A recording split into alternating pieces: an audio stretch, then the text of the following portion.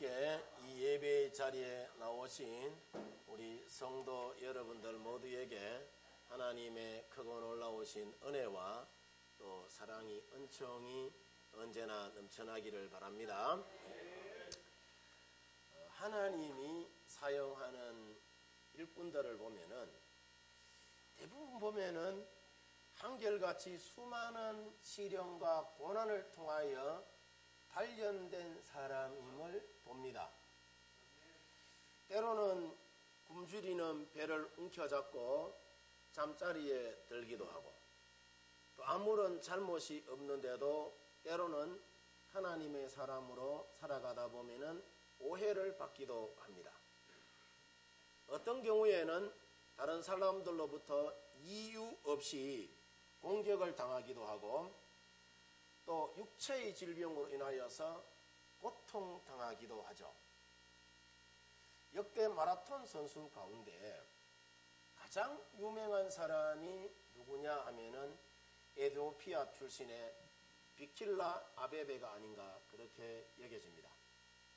아베베가 1960년 로마 올림픽과 또 64년 도쿄 마라톤 경기에서 맨발로 정코스를 이분이 완주해서 세계 신기록을 세우며 상당히 우승을 차지해요.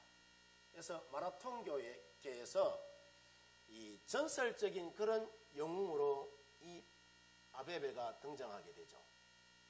그런데 이 아베베가 전설적인 영웅이 된 것이 꼭 이런 이유만은 여러분 아닙니다. 아베베는 일본 도쿄 올림픽 후에 교통사고로 이분이 전신마비가 된 후부터 더 유명세를 타게 돼요. 아베베가 두 번에 걸쳐서 올림픽에서 금메달을 딴 후에 에티오피아 국왕으로부터 고급 승용차를 선물로 이분이 하사를 받아요. 국왕으로부터 받은 그 승용차를 몰고 가다가 이 아베베가 그만 교통사고로 두 다리를 잃어버리게 됩니다. 절망적인 여러분 그런 상황에 처하게 되죠. 근데 이 아베베는 삶에 대한 희망과 소망을 이분이 잃지 않고, 비록 두 다리를 잃었지만은 내게는 아직 건강한 이 두 팔이 있다면서 부지런히 팔림을 단련해서 장애인 올림픽에 나갑니다. 장애인 올림픽에 나가서 양궁과 또 탁구대회에 나가서 이분이 금메달을 따버립니다. 그뿐인가요? 또 노르웨이에서 열리는 동계 장애인 올림픽에 나가서 썰매 경기에 출전해서 이분이 또 당당히 우승을 차지합니다. 놀랍죠? 이처럼 여러분 우리 인생에서 나는 안 되는 인생이야 하고 좌절과 절망 속에 허덕이는 사람들은 언제나 마음이 황폐하여서 좌절하고 절망할 수밖에는 없지만은, 반면에 우리 인생이 시련과 고난 가운데 있다 하더라도 내일을 향한 희망을 바라보는 사람은 언제나 그 상황 속에서도 결코 절망하지 않아요. 이것은 우리 인생의 기적도 마찬가지입니다. 우리 인생이 여러분 늘 좋은 날만 있는 것이 아니잖아요. 때로는 인생에 흉년이 찾아오기도 하고 인생의 거센 풍랑이 여러분 우리 가운데 들이닥칠 때도 있어요. 고난과 아픔으로 짓밟힘이 여러분 있어도 예수님을 바라보고 사는 사람에게는 뭐가 일어난다? 기적이 일어나요. 왜냐하면은 예수님이 우리 삶의 희망이 되기 때문입니다. 믿으시면 아멘. 그래서 우리가 사도 바울을 보면은 바울은 복음을 전하다가 수많은 핍박과 고난을 당합니다. 수없이 여러분 감옥에 들어가기도 하고, 또 복음을 전하다가 40에 하나 감한 매를 이분이 5번이나 맞아요. 얼마나 여러분 고통스럽겠어요. 또 고문당하기도 하고, 어떤 경우에는 동족에게 배신당하여 돌에 맞아서 죽을 뻔도 하고, 또 어떤 날에는 복음을 전하러 로마로 가는 길에 이 바울이 풍랑을 만나서 죽을 뻔도 합니다. 또 멜리데 섬에서는 이 바울이 독사에게 여러분 물려서 죽을 뻔해요. 참으로 많은 인생에 죽을 고비를 이 사도 바울이 넘깁니다. 자, 근데 보세요. 바울이 그때마다 한 것이 있어요.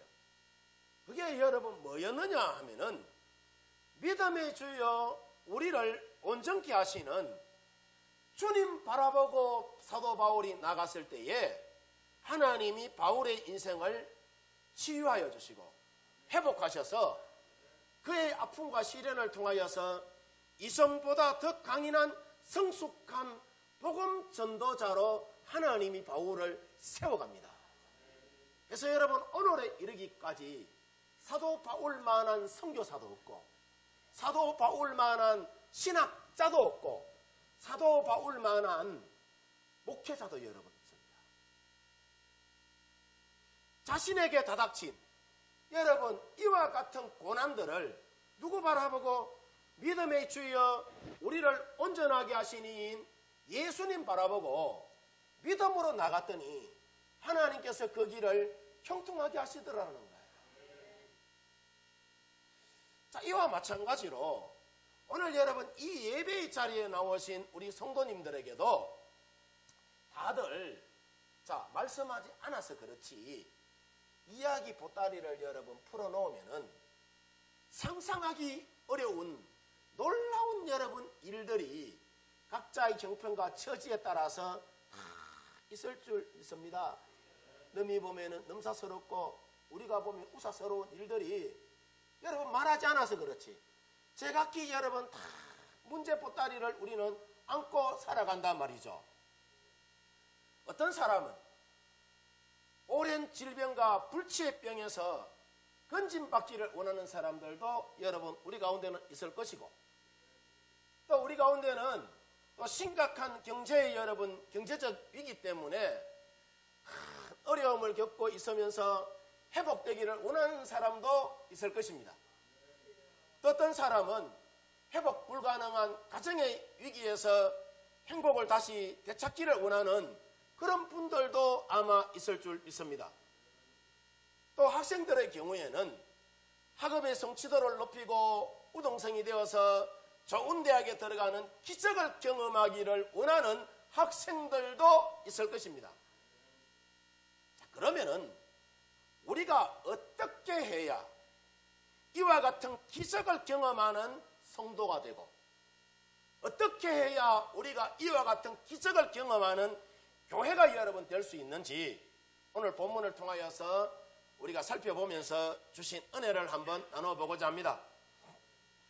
오늘 성경 본문 요한복음 5장 1절에서 5절을 보면은 베데스다 연못가에 38년 된 뭐가 있었다? 병자가 있었다라고요. 병자가.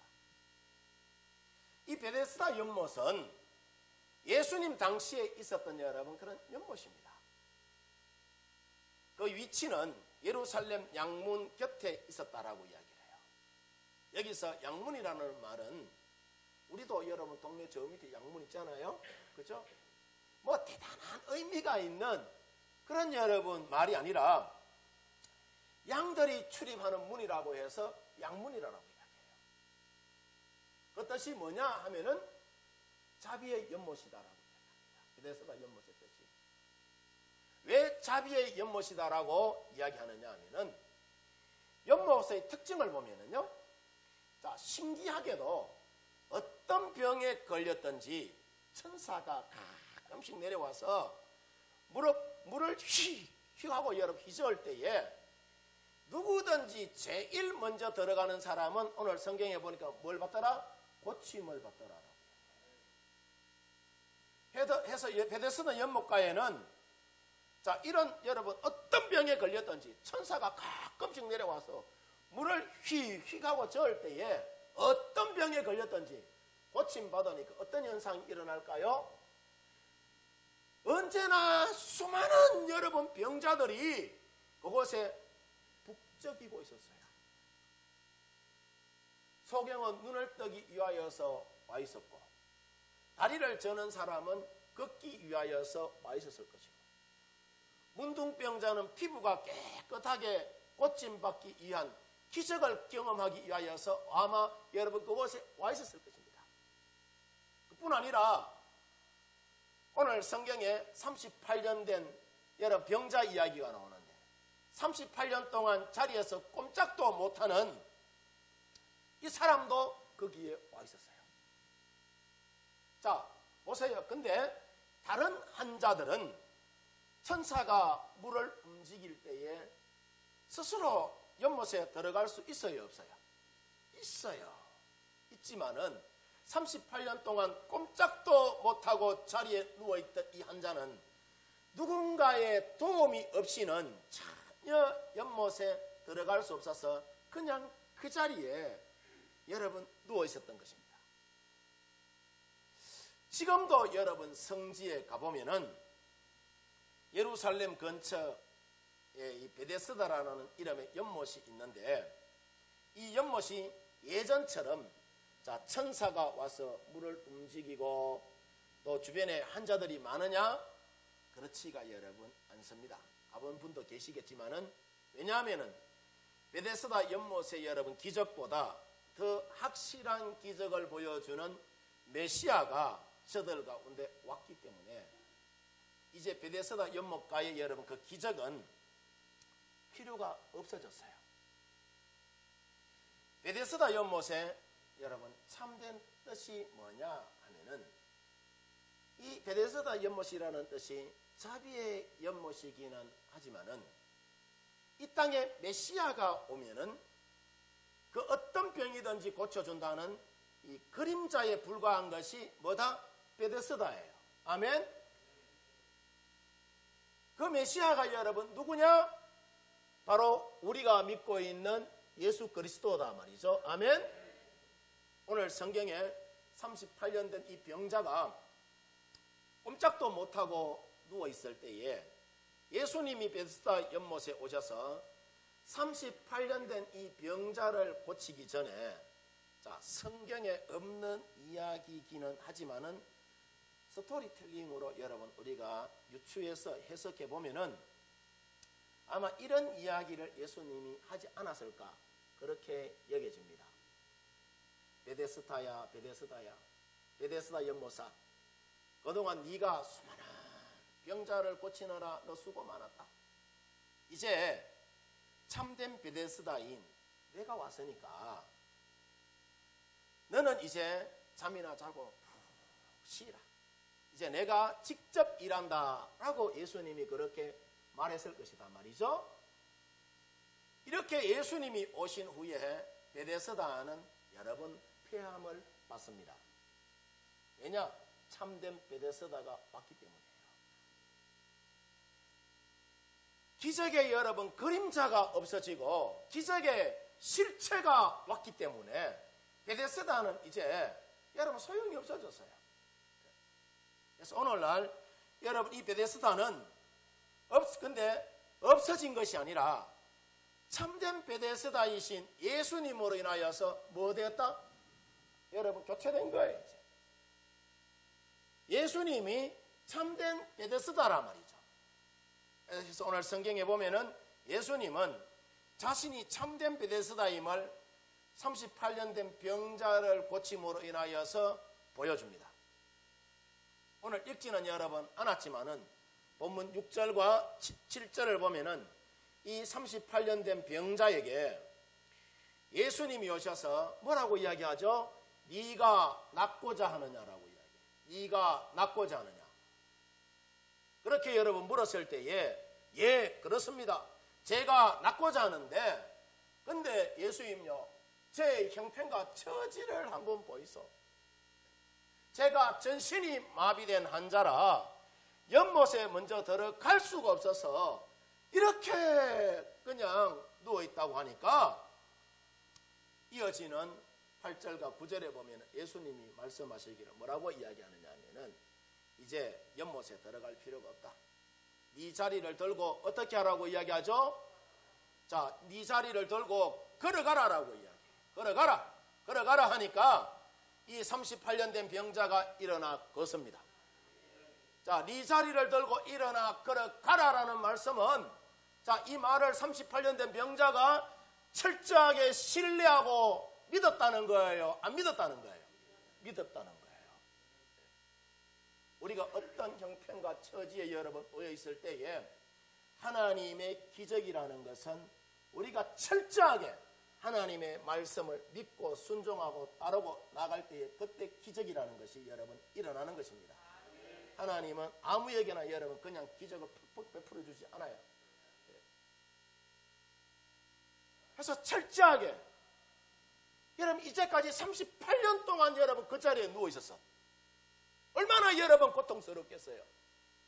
그런데 예수님을 메시아로 내가 철저하게 믿고 예수님이 일어나 걸어가라라고 이야기하니까 그 말씀을 철저하게 믿고 순종하여 따랐더니 바로 기적이라는 것이 여러분 일어나는 거예요. 이제 연못 베데스다가 아니라 참된 베데스다이신 예수님을 여러분 이 병자가 바라보게 된 것입니다. 하나님께서 연못 베데스다를 피하고 나서 그 모든 능력을 예수님을 통하여 나타나게 하신 것이죠. 그래서 우리가 물로 만든 이 베데스다 연못이 없어졌다고 해서 슬퍼할 필요가 여러분 없다는 거예요. 우리 인생의 참된 베데스다이신 예수님께 나가면은 기적을 경험하는 성도가 되는 것이고 기적을 경험하는 교회가 여러분 되는 줄 믿습니다. 왜냐하면은 지금은 예수 그리스도가 우리 인생에 있어서 참된 베데스다이기 때문이에요. 아멘. 자, 그러면은 예수 그리스도가 우리 인생에 참된 베데스다라면은 왜 오늘날 예수님을 믿고 기도해도 기적이라는 것이 그러면 일어나지 않습니까? 라고 여러분, 저에게 여러분들 중에 아마 질문할 수도 있겠죠? 그렇죠? 사람들이 수많은 예배를 드리고 기도하는데 왜 병고침과 다른 기적들을 경험하기가 어려우냐 하면요, 연못 베데스다와 참 베데스다이신 예수님을 여러분 보면은 거기에는 공통점이 있어요. 공통점이 있는데 그 공통점이 뭐냐면은 우리가 성경의 베데스다 연못을 보면은 언제나 병고침의 기적이 일어납니까? 일어나지 않습니까? 언제나 일어나는 것이 아니다 말이죠. 항상 병고침의 기적이 일어나는 것이 아니에요. 요한복음 5장 4절에 보면은 가끔씩 누가 천사가 내려와서 베데스다 물이 움직일 때 그때 제일 먼저 들어가는 사람이 기적을 여러분 경험합니다. 이와 같이 여러분 참된 베데스다이신 예수님도 항상 기적을 일으키는 것이 아니에요. 예수님의 마음이 동할 때, 예수님의 마음을 우리가 감동시킬 때에 그때 여러분 우리 가운데에 기적이라는 것이 일어나는 거예요. 그래서 주님의 마음을 움직이는 것이 여러분 먼저입니다. 주님의 마음을 움직이는 것이. 그러면은 우리의 예배와 기도와 찬양과 헌신과 봉사가 예수님의 마음을 감동시키고 움직이는 것인지 우리가 우리 자신을 한번 되돌아봐야 되는 줄 믿습니다. 우리가 주님의 마음을 움직일 수 있는 방법이 뭐예요? 교회에 와서 예배 드리는 거잖아요. 예배가 그래서 소중한 거예요. 그래서 우리 성도 여러분들 예배 빼먹지 마시기를 바랍니다. 기도가 중요한 거예요. 기도는 우리의 영혼의 호흡이라 주님과의 영적 교제를 이루는 것이 기도예요. 그 가운데 여러분 교회 봉사가 이루어지는 것이고 헌신이 여러분 이루어지는 거예요. 이와 같은 예배와 기도와 교회 봉사와 헌신, 여러분 이것을 우리가 돌이켜 봤을 때에 나의 봉사와 헌신, 나의 예배를 하나님은 언제나 받으시느냐? 하나님의 마음을 감동시키고 움직이는 그런 예배가 되느냐? 우리가 우리 자신을 한번 되돌아봐야 되는 줄 믿습니다. 오늘날 우리가 베데스다의 기적을 경험하지 못하는 것은 주님의 마음을 움직여야지 기적이라는 것이 일어나는데 그 마음을 움직이지 못하기 때문에 기적을 경험하지 못하는 것입니다. 주님의 마음을 움직이지 않고 맨날 달라고 하면 주겠어요? 안 주지? 그러면은 우리가 주님의 마음을 어떻게 하면은 그러면은 움직일 수가 있느냐 하면은 첫 번째로 우리가 전심으로 하나님을 찬양할 때에 주님의 마음이 움직입니다. 할렐루야. 입속말로 거리는 그런 찬양이 아니라 내 속에서 주님을 찬양하는 그런 내 심령 깊은 곳에서 주님의 높고 위대하심을 내 영혼이 찬양하네. 주님의 높고 위대하심을 내 영혼이 찬양하네. 여러분, 이렇게 주님의 그 높고 위대하심을 교회에 왔었든지 여러분 밖에 나가서 자연을 보시든지 가정에 갔으든지 주의 이름을 여러분 높여드릴 때에 하나님의 놀라운 이적과 기사와 표적이 우리 가운데 여러분 불일듯하게 일어나는 줄 믿습니다. 왜냐하면은 사도행전 여러분 16장을 보면은 바울과 실라가 감옥에서 여러분 찬송할 때 기적이 일어나요. 저들이 여러분 찬송할 상황이 아니에요. 그 상황이. 그럼에도 불구하고 찬송하고 주의 이름을 높여드렸더니 기적이 일어나더라 말이죠. 그뿐 아니라 사무엘상 16장 23절에 보면은 다윗이 수금을 타면서 찬양할 때에 사울에게 붙었던 악령이 여러 번 떠나갑니다. 역대하 20장 21절에도 보면은 모압과 암몬과 마온이 연합하여서 유다를 침공할 때에 여호사밧 왕이 여호와를 신뢰하며 철저하게 믿고 백성들과 찬송하며 전쟁터로 여러 번 나갔을 때에 하나님께서 그 전쟁에서 이기게 하여 주시고 여호사밧이 다스리는 나라를 하나님께서 태평성대하게 하나님이 만들어 주십니다. 이것은 오늘날 우리도 여러분 마찬가지입니다. 예배 가운데 우리가 전심으로 하나님을 찬양하며 하나님의 이름을 높여드릴 때에 하나님의 그 마음이 움직이는 것이고 우리 가운데 있는 모든 상처와 아픔이 회복되어지는 것이고 치유되어지는 줄 믿습니다. 두 번째로 여러분 우리가 어떻게 할 때 하나님의 마음이 움직이느냐. 저리 기도할 때에 주님의 여러분 그 마음이 움직입니다. 우리가 사도행전 12장을 보면은 베드로 선생이 감옥에 갇혔을 때에 예루살렘 교회가 뭘 했느냐 하면은 함께 모여서 기도했을 때 어떤 일이 일어나느냐. 그때 감옥 문이 열리고 쇠사슬이 풀리는 기적이 여러분 일어나요. 이처럼 여러분 기도가 얼마나 중요하냐 하면은 우리가 성경 말씀 느헤미야를 보면은요, 형제 가운데 하나인 하난이라는 사람이 포로로 여러분 붙잡혀 와서 느헤미야에게 예루살렘 성벽이 파손이 되고 백성들이 큰 환난을 당하고 조롱과 멸시를 당한다라고 그렇게 이야기를 하자 느헤미야가 여러분 어떻게 반응하느냐. 붉은 베옷을 짜입고 금식하며 기도하며 나갔을 때에 하나님이 느헤미야의 그 기도를 들으시고 예루살렘 성벽을 재건하는 일에 필요한 모든 물질과 인적 자원까지 하나님이 뭐 하신다? 채워주시는 거예요. 이처럼 여러분 하나님은 우리가 여러분 굉장히 열악한 가운데 있을지라도 하나님의 은혜를 뭐 하면은 강구하면은 하나님의 일하심을 보여주시고 우리에게 하나님이 뭘 베풀어 주신다? 기적이라는 것을 하나님이 베풀어 주신단 말이죠. 세 번째로 여러분, 우리가 어떻게 할 때 하나님의 마음이 감동하고 움직이느냐? 우리가 하나님 앞에 감동적인 헌신과 물질을 드릴 때에 주님의 마음이 움직입니다.